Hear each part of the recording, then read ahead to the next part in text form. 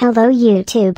I was kind of shocked when UKGE brought Sargon's video to my attention, and suggested that I file my thoughts on it.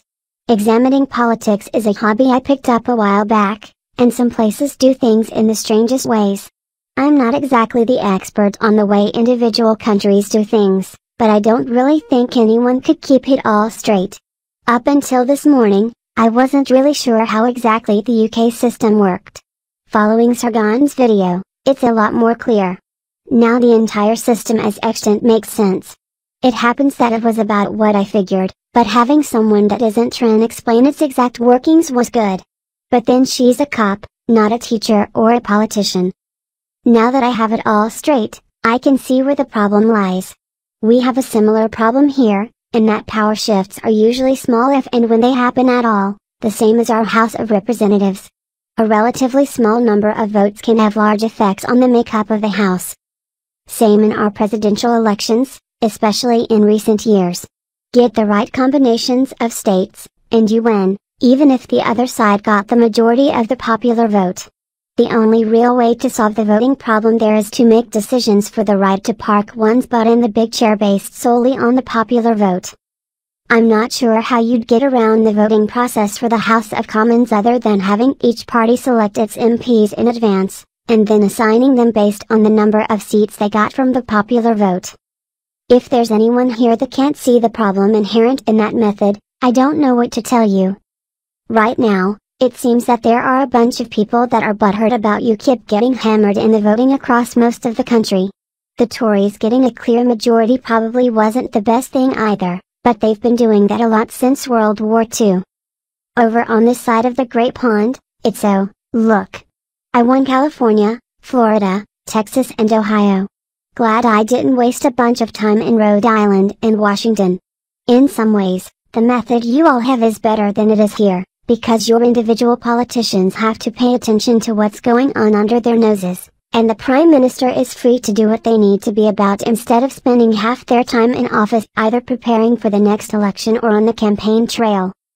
Okay, maybe it sucketh from the standpoint of popular vote, but that's the way of things in representative democracies.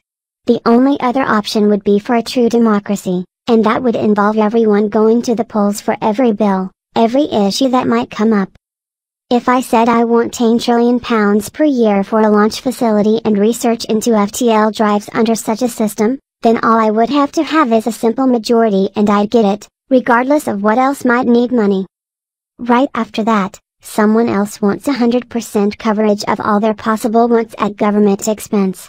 Simple majority, and the gov gives everyone a free house, electricity, food, and all the toys they can handle. Next critter up wants to institute strict religious controls over society. Welcome back to the Dark Ages.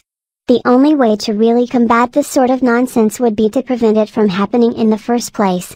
Which means either some sort of representative structure or far better educational standards for everyone so that they understand how government works and what it can, can't and really shouldn't do.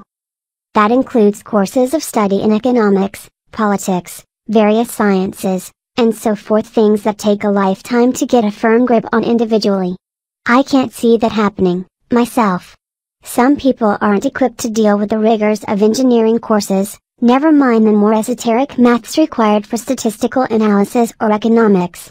UKGE's wife is an economist, and when I saw some of the stuff she had to do in school I got lost in a huge hurry. Now imagine that confusion spread across a population the size of the United Kingdom, with the number of topics that you have to deal with on a daily basis multiplied 50 times. I don't know about you, but I'd be climbing the walls within a week. Anyway, while I agree that there's a need for a bit less annoying system in a lot of places, including the US, there seem to be a dearth of options that work better than the systems that are in place now.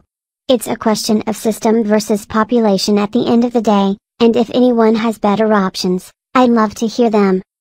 Just to wrap up, we here would like to thank all the new subscribers that have joined us over the last couple of months since we made the 1,000 subscriber special.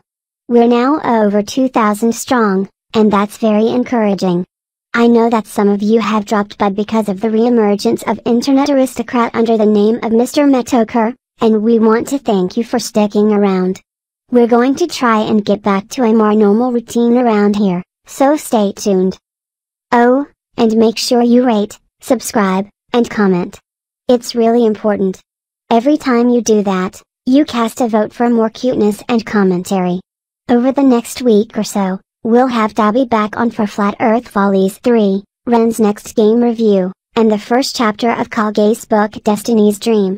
Beyond that, you'll start seeing more of me as the American political scene starts to heat up in preparation for next year's elections, as well as more debunks, rants, and reviews.